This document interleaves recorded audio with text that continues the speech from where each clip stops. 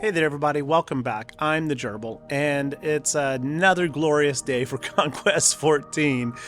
I want to point out one particular squad here that can actually achieve all 4 Sector 5 feats in one team. Now, I'm not saying this is gonna do it easily, but it can definitely contribute to it.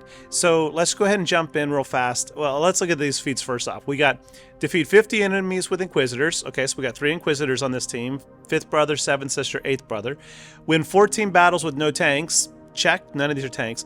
Attempt to inflict blinds 80 times. Well, ChewPio and 8th brother both have AoE blinds. Now, ChewPio's is going to work on any enemy, whereas 8th's only blinds, I think, Jedi, but that's okay. We'll see why in a second. And then attempt to inflict evasion down 80 times. Now, that's going to happen on ChewPio's basic, and he will assist every time CLS does anything.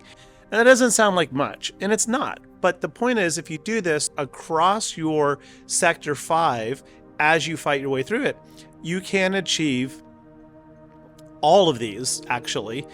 There are, of course, teams that are going to be way more viable, but this does them all in one go. So in this example here, I'm probably not using the right data discs. Really need some potency calibration. Yeah, I know that's weird, right? Because you want to be able to control the turn meter of the enemies, and what you don't want to do is kill them until the end of, the clock runs down, so that you can stack up those evasion downs from ChewPio, the blinds. Now see, I just took out Ezra, which is unfortunate, but we got an Inquisitor kill, which still counts towards the feat. But we wanted to leave it there. I threw in GI. I don't know why. That was a mistake. My bad. Sorry for not recording the right guy. But you wanted Ezra to stay alive and Kanan so that 8th brother's AoE blinds them both, and then ChewPio uses his AoE blind and you get 7 per cycle, right? And if you can rotate that a few times, so you use potency calibration, zealous ambition for the kills eventually, and the kills are gonna come from 5th brother and 7th sister, who will lay down the enemies pretty quickly.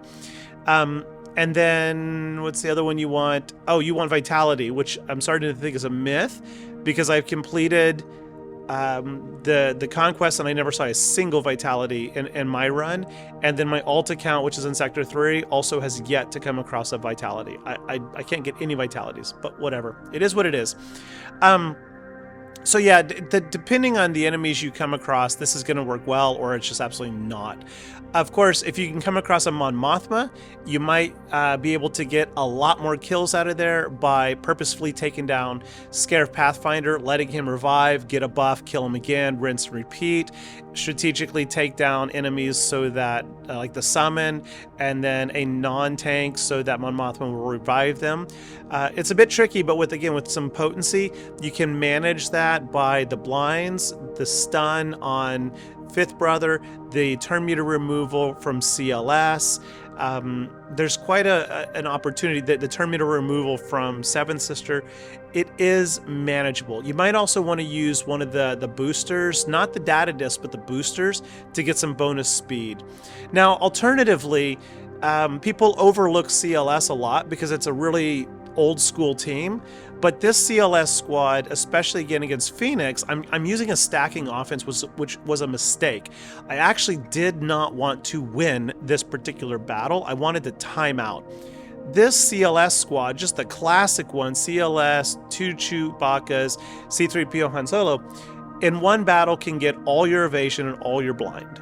It's 80 stacks of attempts of evasion and whatever it was for blind. You can get them all here if you don't kill the enemy Phoenix. And the Phoenix is a good target because they heal so fast, and like Kanan and Chopper are going to keep recovering their health every time they take damage.